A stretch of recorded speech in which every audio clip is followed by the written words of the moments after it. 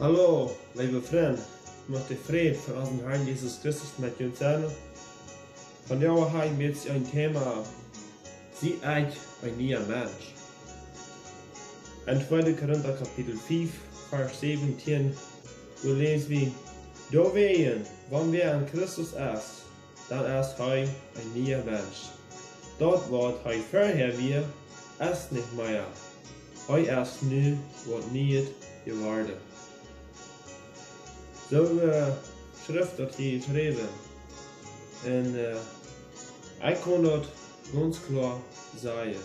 Doordat stemmen dat. Wenn mein Leben vorher, da wir ein sehr schlechtes Leben. Das Leben, was ich nu habe, an Jesus Christus, mit Jesus Christus persönlich an mein Leben hineingekriegt.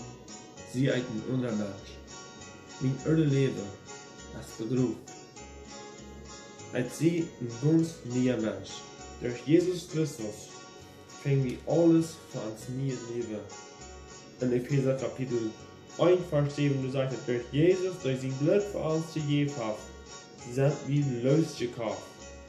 In uns sind die Sünden vergeben, durch die große Genug, die in uns Leben nennt heim, in uns die Übel für die Wahrheit aufnehmen. Da kann ich so klar sagen, was ich wirklich von heute, ich will in unser Leben führen. Ich muss wirklich von heute der Jesus an mein Wort ankriegen. Und Buße danach über meine Sünde. Und ich ist gefällt ward mit den Heiligen Geist, dann gingen mir die Übel auf. Wow. Dann kann ich das so klar sagen, wie ich erst wie war und wie ich nu wir. Dan kan ik mijn hele leven kwijt zijn. Ik moet immer Buße doen. Mijn zinnen naar Jesus brengen. Den Kreuz dragen. En doorleggen laten. Ik moet mijzelf opvergeven. Wie maar den nächsten opvergeven. Omdat Gott ons vergeven kan. Dat we nie het leven zullen hebben. Zoals de Bibel zei. Ik wens je Gott te zegenen. En dan tot het nächste Mal.